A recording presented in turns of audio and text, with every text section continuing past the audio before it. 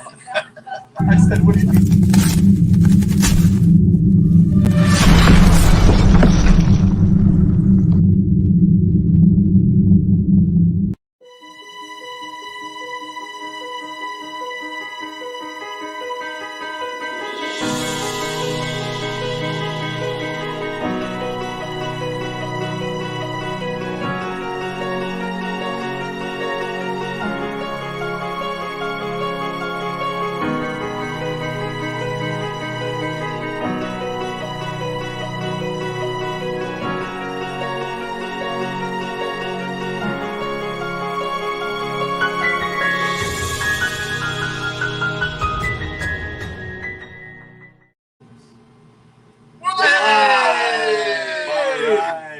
Fuck yeah, Sunday Soak, boys. Cheers.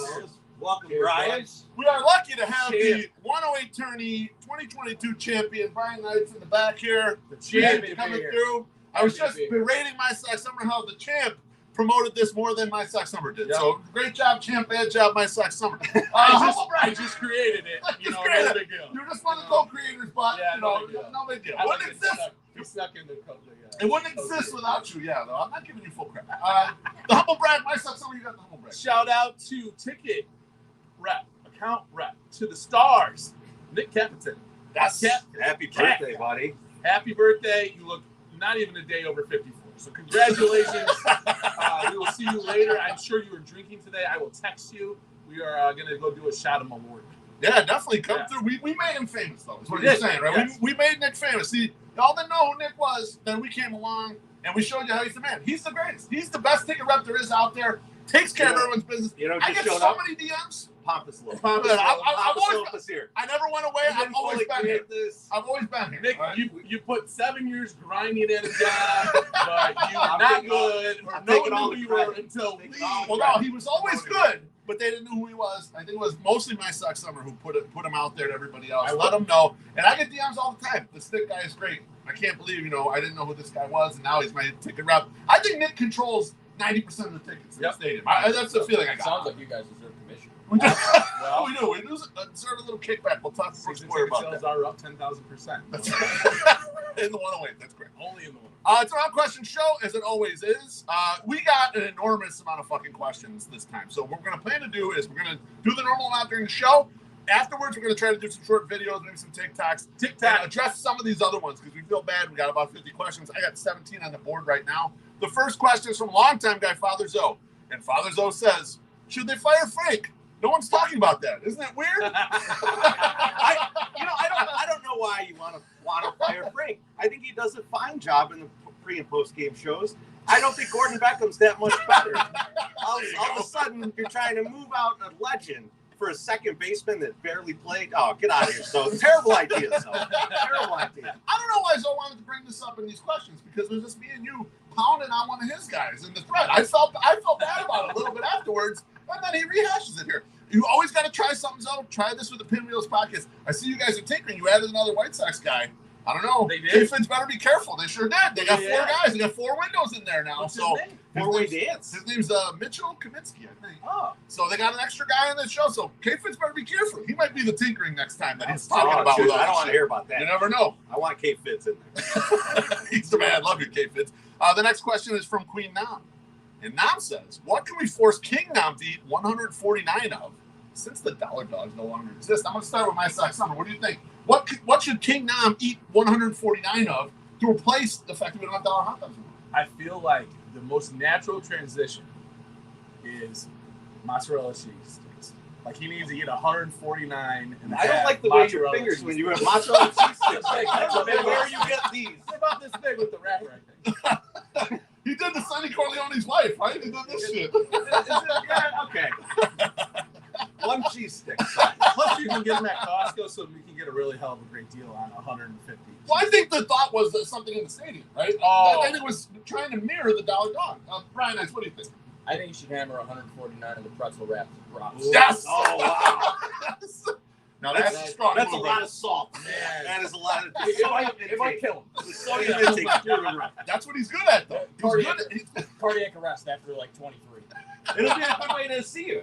You know, right? Like, no, I was hoping to see Brian today. I ate 149 hot dogs. Here he comes. Let's get that up on PointsBet. Over 22.5 for his death. Let's see if we can make the 23 on those It's there pessimals. today, so maybe we'll start today. Tracy, what do you think? What should be the replacement? I think it should be pierogies. So I think he should continue. No pierogi hater, my I sock think summer he will should not like that. continue Don't to really care. place himself as the better my sock summer. Yeah. Like he's jockeying for That's his position. career arc. Better. It's Yeah. it. Yeah. It's You know what, Tracy? I was thinking along the lines the way you and I usually think with these things is what is the most likely thing to make him go poo-poo? And so I was thinking 149 rainbow cones. oh my god. 149 rainbow cones would be outstanding if it could be accomplished. I don't know if someone could even eat like 3 in a game. Like I've seen them, they stack them high. Looks delicious. I'm not much of a rainbow cone guy, but the people that like them, man, that line piles up. I'd love to see him standing in that line over and over during a game. I got bubble guts just hearing. It would take us 3 years just to get through that line. We need a bunch of interns in line for him to get him set up, you know? All right, the next question is from White Sox Sal. What's up? Fuck you, Sal. Attaboy. White Sox Sal says, do you envision a change to the 108 or the 108 in-game experience when the White Sox build a new stadium with a retractable roof for Treasy's comfort? Just to keep you out of the heat, Treasy, to keep you from touching hot silverware. Yeah. The stadium retractable roof. Do you guys envision that? Treasy, I'll let you go first. I think there'd be a lot more thirst trap games in early April instead of us being all covered up. Yeah. You'd get a lot more of us. You'd get the good winter Yes. version of us, you Yeah. know, which is usually the healthier version because we haven't drank 8 million beers in a row. That's very true. How about you, White Sox? What do you think? You know what? I think the game experience would be a lot more fun if we didn't have to worry about the game getting canceled like every other day in April. So yes, I think it would definitely be a hell of a lot better. I'm not so worried about his Nancy hands and burning his hands on silverware because he doesn't really even eat anything. Like No. as far as I know, I rarely see him eating. Like he polished 2 dogs the other He day. almost burned his hand on his goddamn phone That's 3 true. minutes ago. You got an ice bag on. Shit happens. I understand. How about you, Mr. Knight, Mr. Champ? Champ. I mean, it would make my life a hell of a lot easier. It's kind of hard to have heat stroke in the dome. So Yes. we'd be doing a lot less work in the summer. I feel that. You know what, guys? I don't want to retract the roof. Some of our finest 108 moments are when we're standing out there with the only fans out there getting poured on, crush and bruise. People are taking pictures of us and videos and stuff. So it's a chance for us to The shine. White Sox are sending beer down to us.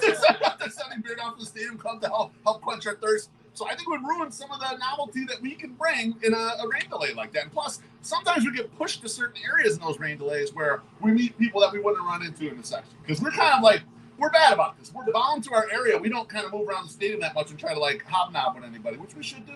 The rain delays used to be so much fun when we go out to the ramps and then all the And the beer vendors. all the beer vendors just stayed right next to it. Exactly. That's some more. Setting records. All right, the next question is from Nick Morawski. Nick Morawski has more White Sox podcasts than anyone else on the internet. Nick says, when Abreu gets traded to a contender, will Jerry give him the quote-unquote, I'm so sorry and guilty, so let's retire your number immediately, like treatment like they did with Harold Baines? White Sox number, do you think that'll happen? Man, will they do it immediately? I think it will. I think it will end up getting retired. I don't think they will retire it until. No, it won't be like Baines. It won't be immediately. It will be probably 3 years. Whenever he is fully retired, then they'll do it. Okay. Yeah, because he could come back. Champ, what do you think? If he gets traded, it would be the worst day of my life. So there's no question. I mean, we're building a statue, put it on top of the beam. You're fucking right, we are. If we're building a statue, put it on top of the beam, you got to retire the number the second he is no longer with the White Sox. Well, I guess maybe that's the follow-up question. Are you building the statue and putting it on top of the beam the second gets traded? Because I'll go to that ceremony if that's happening, the day of the trade. I mean, I've been trying to get it done. It's Chicago leadership. It's dragging. if it was That's up, a given. if it was up to me, it would already be up. Good call. Teresa, They what do you can think? tear monument I style, don't know, but can't blow up, so I know George Bush will talk shit about the trade like he did the Harold Baines one. So we'll see. Absolutely right. All right. Oh, man, that's- The next question is from White Sox Ken. And White Sox Ken asks, who are the best second half of the season out of Robert, Vaughn, Abreu, or Eloy? And his follow-up question is, will they make it through the second half without any serious injuries? So I'll go to Treasy first. Who's going to have the best second half out of Robert, Vaughn, Abreu, or Eloy? Well, I guess I don't understand how we're framing this. Like, so if it's versus their first half, I'm going to go Eloy because his first half Yeah, no didn't first exist. I think it means against each other. But against each other, Yeah. you know, I'm still going to stick with Eloy. Okay. I think Eloy starts to hammer out some home runs, and the rest of those guys can't hit home runs anymore for some reason. Yeah, So it's weird. I'll take They all never the could. Eloy home runs. How about you, Champ? What do you think? I think Abreu's the easy pick just because he's been so hot recently, but solid. so we don't know if that'll translate after the All-Star break. But I do have an MVP future on Luis Robert, so I'm gonna go with him. Hope he has like a Barry Bonds level second half, and that I can catch that ticket. Beautiful. That's like something. I would also go with Eloy, but I think him doing really, really good will get Robert to get out of his stupid slump that he's in. Okay. So I'm just going to be contrarian. I'm going to say Robert. He's going to just edge him out a little bit at the end. If they're battling it out for who's best, I'm happy. Yes, that's what they're going to do. It's going to be like a big they're going to hang hog in front of each other and see who's got it. I think it's going to be Andrew Vaughn. Andrew Vaughn has done extremely well in the first half, but he's missing the one key element that we need from our first sacker. We've had 30 years worth of great first basemen on the south side. Yeah. He's not hitting enough home runs. I think the home run ball starts coming in and playing the second half. I think he sort of finds his groove, starts banging a bunch of home runs, and then everyone's like, okay, this guy really is an heir apparent potential at those areas. First sackers. Sackers. That'd be beautiful. We get more members in the Andrew Vaughn fucking race club. You're goddamn right. All right, next question is from a longtime guy, Josh Nelson. And Josh asks, who's most at fault for the 2022 White Sox struggles? I'll start with Treasy. Who is most at fault? Give me one person's most at fault. I mean, I guess I would have to say Rick Hahn, because he put this team together, right? Like he assembled this crew of like, here's exactly what we need to win. Yeah. And it's not apparently. So like if you know, there's a lot of ifs. You know, if this guy stays healthy, if this guy hits the home runs that we think he's going to hit, if this guy is, if Luis Robert is basically equivalent to Byron Buxton, like all these ifs going into the season, and when you have those and then you don't fill in the other pieces, that's problematic. And we're seeing it now, right? Like we're seeing like, okay, you put all your chips on Gavin Sheets being a right fielder, right? And he's starting to play okay now, but it's July, right? Like, so you missed all that time. You put more on Vince Velasquez being your fifth starter when someone gets hurt than you did anyone else, and then you had to go out and get Johnny Cueto, and that lost you a month. Right. You know, so like there's a lot of those things that like we went into the season basically unprepared for anything to go wrong, right? And that's what we're seeing now. Absolutely, Champ. What do you think? I'll put it on myself. Oh, I love this. I love it. We had I think we peaked in March. We were, the vibes went were away high. Tourney, that's when it went downhill. Yeah, the vibes were high. We were winning championships. We were looking for more. And they've let us down miserably. And honestly, if we didn't peak in March and I didn't win the tourney, maybe we'd be in a better spot. I cursed us. That's what a good champion. That's where accountability comes in. Absolutely right. MSS, what do you think? Who's to blame? Give me one person to blame. One person to blame? I don't think you can do one person. I think a lot of this is on the players. The players should be doing better. Nice. They should be doing a lot better than they have been. Let's see if I can yes, you're gonna have injuries. Yes. Stuck in the net. You're gonna have injuries. That's the hangover. You just don't have to. You can't insulate everything, but I mean, there's plenty of blame to go around, and I'm sure we'll be talking about this for years. Why don't we start the next rebuild? So it'll be great. Rebuild 6.0. For me, you know what it is? It's the majestic beard of Craig Kimbrell. It's really kind of his fault. He was so enticing that it fooled Rick Hahn into picking up his option for one. So that kept us from getting Carlos Rodon back on this team. Then it thought it would, this is a great trade piece because of his majestic beard. Couldn't trade him. We ended up trading him for that piece of crap that's in left field or right field, AJ Pollock, who hasn't done shit, but has won me a steak dinner. That steak dinner boom on AJ Pollock, but he stunk for this team. So a lot of webs related to that. And they couldn't get out there and spend that money either on Rodon or something else that would be valuable. They ended up putting it all in the AJ Pollock bucket because of how handsome Craig Kimbrell is. I think that screwed the whole team.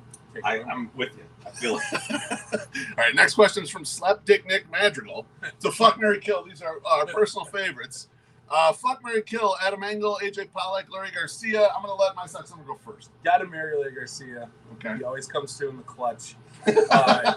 You're definitely fucking Engel because he's still around. The butt cheeks, too. He's just, best ass on the team by far. Pollock, I don't know you. I barely know you. Even though you were the majestic 18, out. Yeah, I got to kill you. Keep going. How are we doing? Brian Knights, how are we looking here?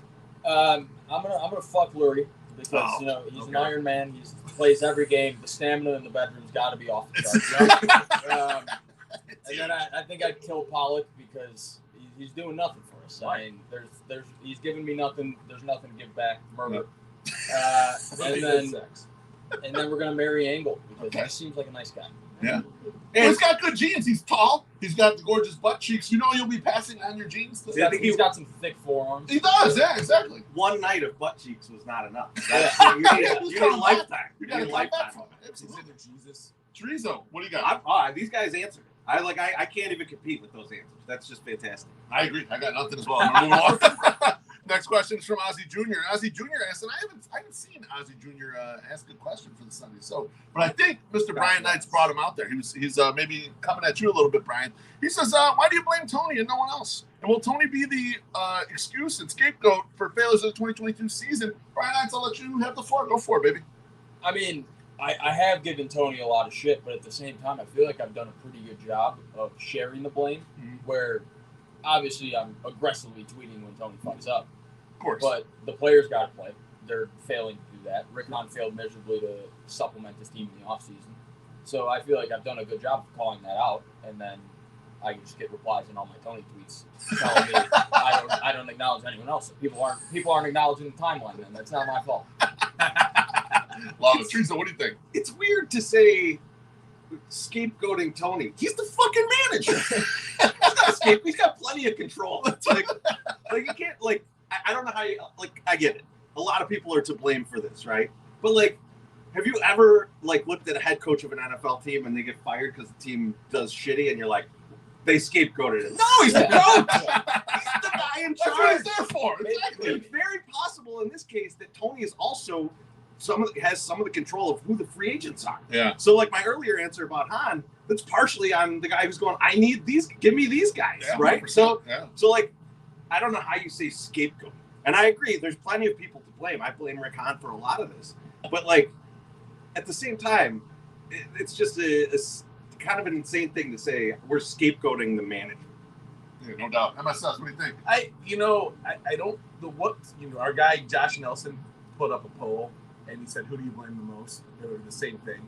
And Jerry won that. And I think Jerry can be responsible for like maybe building the culture. But Jerry showed up and paid the money and he listened to his guys. So I think, I don't know. I think Tony deserves a lot of blame, but I also, it's like I don't understand the irrational hate for Jerry now. Blaming Jerry for what's going on now. Like, that's not his fault. He opened the book and paid out people. So I think part of the problem is Tony's old man smell. I brought it up before. I'm trying not to be ageist, but old man smell exists, and I think people hold it against him. And it's not his fault. All old men. They're 78, 79. They put a little too much Old Spice on. And the inner death that's coming out at the same time melts together. You got old man smell. So, away from the nothing we can do about that. We're biased against it. As the oldest of us here, it's really the Bengay mixing with the Old Spice that lets off a weird aroma. And I apologize, guys, but I need it. I need it to get through the day. I enjoy it personally. I appreciate it. Tony has not been drunk or been caught drunk driving since he's been here. The alcohol is probably preserving him. And now he's giving his life up for this. Now it's sleeping out. Yep. All right. We have a pile of questions now for our 108 tourney champ, Brian Knight. So I'm going to start firing away with you, Brian. First one's from Zickhead, longtime guy. Says, craziest thing you've ever seen at the ballpark or UC for a game or concert? I mean, it's tough. We really don't see that much crazy stuff, but we'll try to do this without violating any HIPAA violations here. But when Phil Collins was at the United Center, which was a funeral of itself this past year, a guy was sliding down the railing of the 200 level stairs and flipped backwards, fell like 20, 30 feet. Somehow survived. His back's in shambles, but we hope you're doing good. Now that's a real legend. You fell out of the stadium and then you landed where you lived. This guy is over 50 years old, right? It's probably close. Because there's no way in hell there's anybody at a Phil Collins concert that's not underrated. And so he's like, I'm going to go down the railing. Let's see how this works out. Phil was so bad, he had to slide down the railing. Phil sucked so fucking bad. He's like, I got to entertain myself. This concert stinks. I'm going to slide down the railing, flip around backwards, and almost kill myself. Josh Hamilton told him to do it. No disrespect, it was the worst concert I've ever seen. Oh, I'm sure. I believe it. I believe that 100%. He starts playing all that shit from the Jungle Book or whatever that movie that he did. All right. Next question is from SPF. And SPF asks, when was your first Miller Lite? Oh boy, probably when I was like 2 years old. But I don't Hell really yeah. know. The first one, couldn't tell you. It was probably Chris Knight's feeding me as a child. Shout out, Dad. But we started drinking pretty regularly like sophomore year of high school. Okay. Like 2015. Yeah. So I'd say 2015 was pretty much the peak of it. But we were vodka drinkers. Okay. So, all right. I'm a little upset right now because there's an advertisement flying over us. Don't forget. For some swim trunks. Yeah. And it's like, you knew the soap was filming. You're trying to get in. You're trying to get a picture. Money. Son of a bitch. Hey, I believe it. Drop some money down from there. So, like, sophomore in high school, that'd have been a little, Treasy, that'd have been a little tardy for you. You were, you probably imbibing a little, we don't really talk about how we started drinking because we're starting to have, the young children get to those ages. We shouldn't encourage. Okay, I got it. It was like 2015, the MLB playoffs. That's when we really got cooking, drinking in the hot tub until 4 a.m. Having a time. It was beautiful. The Knights House was the party house. It's the place to be. It still is. Oh, hell yes. It's a great time. What he's saying is that we've adopted the hot tub, but he was born in the hot tub. That's right. He came out of the hot tub. He came straight out. All right, next question is from, longtime guy, Tony Rocco. Love Tony. I haven't seen him in a minute. He says, which D230, I don't know, is it 230 or 230? 230. D230 school has the biggest pieces of shit, and why is it Sandberg? Great question, by the way. He's not wrong. I mean, we got Andrew Stagg Sandberg. Andrew's pretty irrelevant. Sorry to any Andrew people around here. But Sandberg, scumbags. But also, I'm a Stagg guy. A lot of shitty people at Stagg. So, it me included. So, it's a give and take, but fuck Sandberg. Sounds about right. I can't disagree. Next question is from Husky Bardo. Husky Bardo asks, would Brian vacate his 2022 108 tourney championship for the White Sox to be good? Yeah, I mean, as a man of the people, I caused this mess from peaking in March. I would only be right to fix this and turn it around. But I refuse to vacate it until they are good. I will not preemptively vacate just for them to let us down. Yeah, the deed is done. Yeah. Like, you should enjoy the sport. Man, the flags fly forever, man. The banner's up there. They can't take it away from you. They can retroactively take it away, but we all know the true champion. The Twitter poll will always be there. That's right. On the champ. That's correct. That's absolutely right. And the last one of the Brian-centric only questions is from I can't even read my own writing. From Mr. Piotrowski, and they asked Brian about the origins of Murphtober and the rivalries that ensued. This is a great segue from the drinking in the hot tub in the 2015 playoffs. Beautiful. That's basically when my core friend group formed. So it was like a bunch of us on the golf team and the baseball team. So we all got together. Sport athlete, just the one sport athlete. I didn't make the baseball team. Oh, that's okay. Gold glove second baseman in 8th grade, and ejected from my last ever game. So a couple of the baseball guys, a couple of the golf guys intermingled, and the friend group formed. There's 7 of us, 4 Cubs fans, 3 Sox fans. Oh, nice. So that's sort of where the rivalry came, because in 2015, when Dan Murphy was still fucking the Cubs, we would just light up the group chat saying Murphtober. And for some reason, the name stuck, and the Cubs fans kept it around. And we're a big Danny Murphy group. That's amazing. He was like fucking unstoppable. Oh, it was absolutely ridiculous. He was like Babe Ruth in that series. It was insane. Yeah, Then he sucked. Yeah, exactly. Then he was terrible right afterwards. Right? He signed a big contract with someone right after that. Yeah, it was awful. I can't remember who he signed with. Yeah, basically, just I want to see it was like the Rockies or something. Yeah. a Cubs Sox friend group talking shit. And for some reason, the name Murphtober has stuck around for 7 years now. Oh, that's beautiful, man. Print the shirts. Print the shirts on that. Next question is from Dougie Freshman. And Dougie asks, What's up, buddy? is the lack of hitting of the 2022 White Sox due to the terrible walk-up music they've selected? Tracy, what do you think about their walk-up music? Terrible? Absolutely.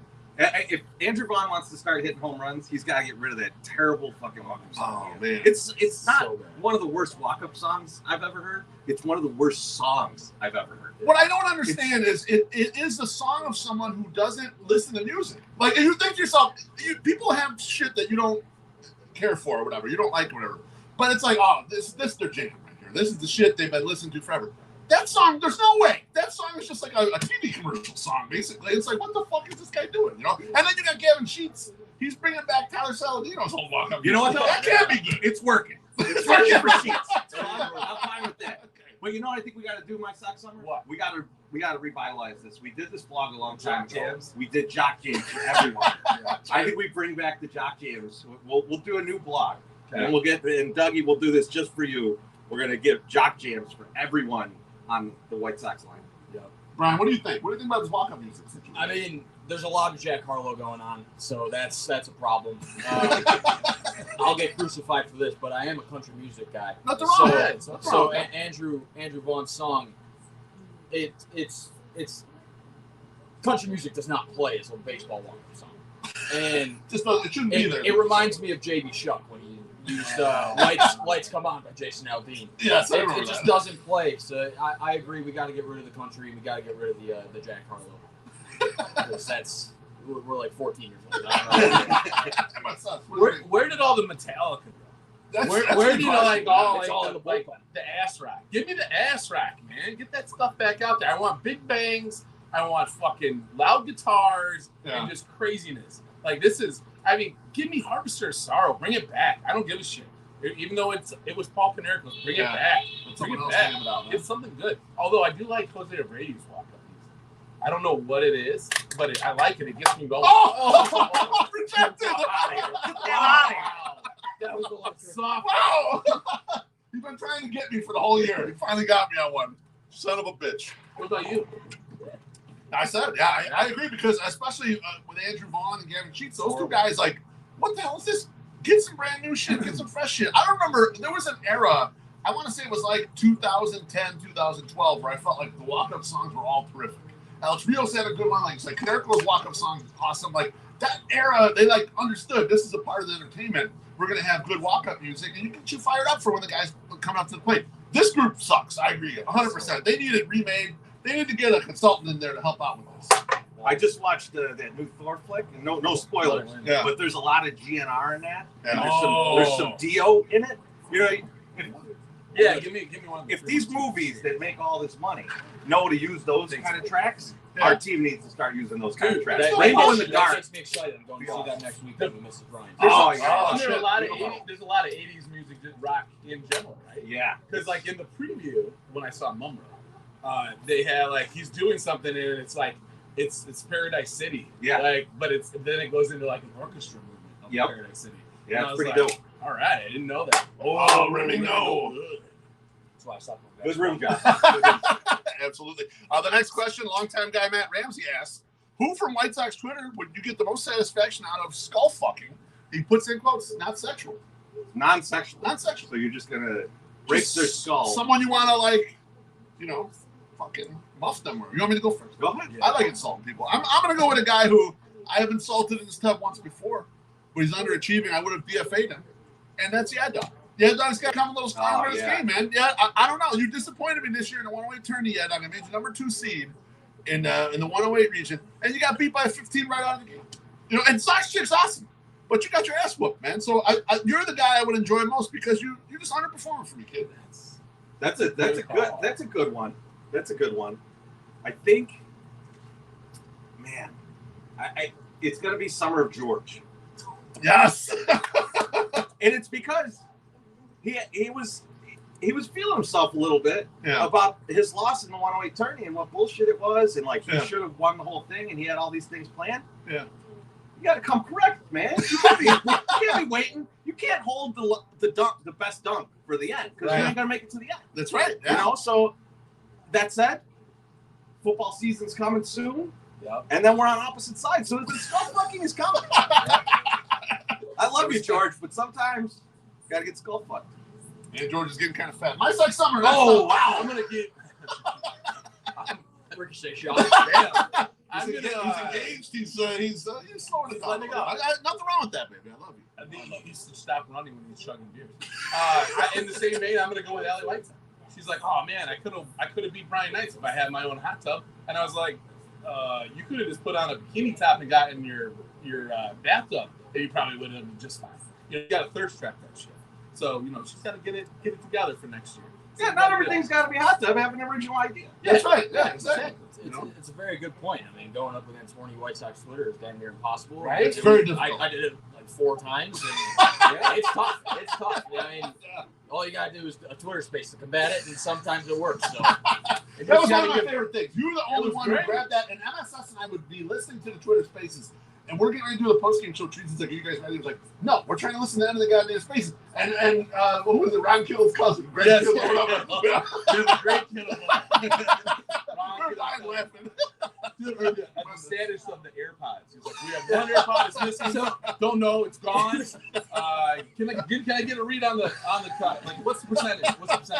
Well, it was pouring, so I was like, well, we had to be in hot tub, so in the space. So I had an umbrella, just holding the umbrella in the space, and the stem of the umbrella caught the AirPod, flung it right into the tub. I was like, oh, I'm not finding that. So we just kept powering through. I didn't know if we lost people couldn't hear me anymore because there was problems with the mic on my phone, so we had to go to the AirPods, lost the AirPod, miraculously worked. It's still going strong. AirPods stay, Goes down the stretch. Like, for me, it sucked because there was so much activity going on that, and I wanted to make sure that things were going smooth, right? So I was, every time the votes would change, I would screenshot the votes. And then I'd go and look at the impressions on the tweet and make sure that they were going up too. So there was no bots going on. Yeah. And it was just like, my phone had like 150 screenshots from that last day. Like, it was make sure it was tight all fucking day too. Like, it was brutal. My asshole was clenched from 7 in the morning on. So my phone was so hot it burned my dainty little hand. That's a given. That is a given. All right. Next question is from longtime guy Brewhead Luke, and he says, "You have to include one of the following ingredients when brewing a beer. Which would you choose?" And the 3 ingredients are Sunday soak hot tub water, Miller Lite Landing fountain water, or TLR bath water. I'm gonna go to my sex number first because he's our beer aficionado in this hot tub. Go for it, man. And this pains me to say this, but probably the most hygienic thing is to tell me the roots of bath water. So I'm gonna go with that because there's probably no chlorine or anything that will like give you the shits. Yeah. So I'm gonna go. You know what? I just realized you're pissing in this tub. No, I'm not pissing in the tub. You know why? Because he took a long pause thinking that was a piss pause. And he's like, oh yeah, this is probably cleaner than Tony. This is cleaner. Oh no, it's not cleaner than Tony's water. It's like a little kid when they're grunting, when they're shooting into the diaper. That's he did the piss pause right there. I know it. I saw it. I know that piss pause right now. If I'm gonna get blamed for it, I might as well do it. Brian Nice, what do you think? I'm going the hot tub water. I mean, 4 dudes in here can give us a nice tang. I'm all in. It's a mixture of flavors. Yeah. I kind of like that. Get too silent on this. The Sunday soak blend. It'll be delicious. It's definitely not the Miller Lite Landing water. Oh, absolutely not. That is. I don't know why grown men feel the need to get their hand in that water, but like. That water's gotten more hand jobs than an actual hot tub. The Miller Lite Landing water might as well be the Cal Sang. Yeah, 100%. On Friday night, Bonita and I are sitting there. We're talking a little bit. We're looking around. She gives me a little nudge. She's, look over there. There was a person from the White Sox who was pulling fistfuls of peanuts that were stuck in the thing. I thought the thing was going to overflow because we had a dam built up of all peanuts in there. You do not want any of that water into anything you're going to drink. So I'll take the hot tub water because one ring pop because my daughter locked it there on the My Sox summer. I was like, you cannot have that. The My Sox summer piss is the cleanest thing out of all of those things. Absolutely, it's sterile. It is, and I like the taste. Beta Brown was going to make a beer with the hot tub water. They were, yeah. They did want to do it. And then we drank a lot of business. Yep. It's such a good business. Who knew? All right, next question is from Double Down.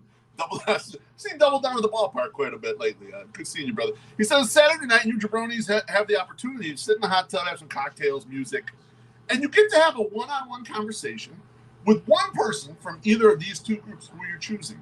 And he said, Charlie's Angels or the 3 Stooges.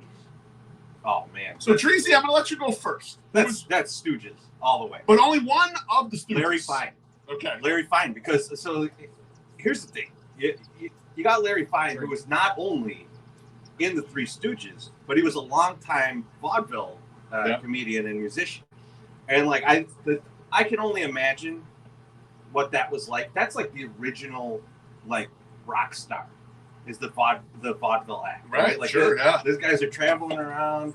They're, you know, well, Jesus Christ, and then the vaudeville acts. Right. But, Zombie Jesus, pretty famous. He was the original rock star. But he only lived to 33. So it's like a rock star. Just like Jimi Hendrix. Larry Fine a lot more years. So I would really like to know. John Belushi. Don't you curse Jim Belushi. How dare you? He's not nothing for you, okay? No, kill Jim Belushi. But yeah, I think Larry Fine would be awesome to talk to. Okay. And we'd all feel better about our hair sitting with Larry Fine. No question. MSS, what do you think? You know, the what I know about the Stooges are all very neat. Like they're like they didn't get paid very well. Right. They were beat, so I just don't want to hear much of complaining. I'm gonna go talk to Farrah Fawcett and say, let's like see what she did. Like she was probably pulling major tail, and she was just like grabbing dudes off the street and saying front tail. Yeah. Let's see. I want to hear them stories. You want to hear those stories? Yeah. Okay, that's better than Shep trying to tell me about something stupid. Shep. What a jerk. Legalized Shep.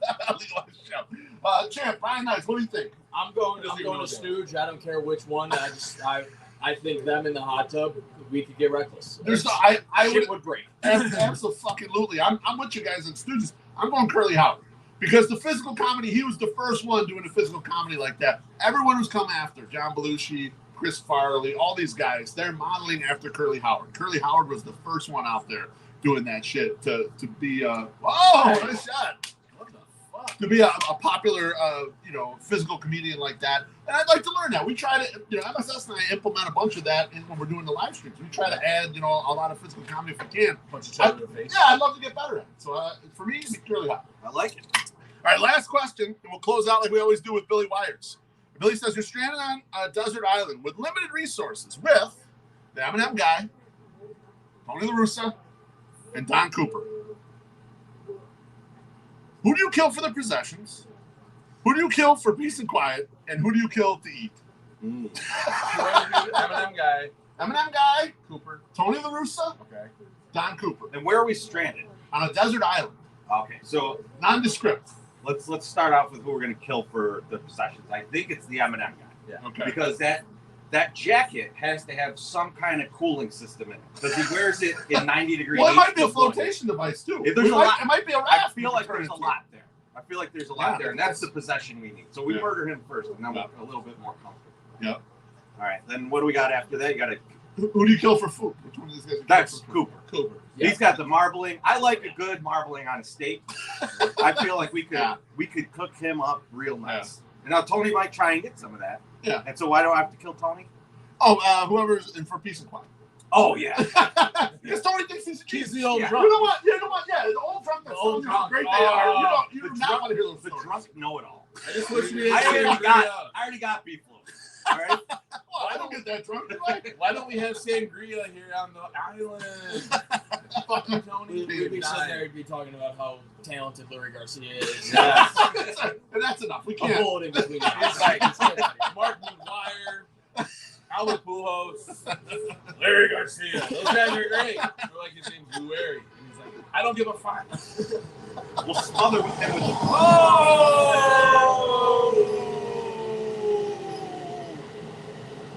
We'll smother Tony with the pants we just took off of the M&M guy.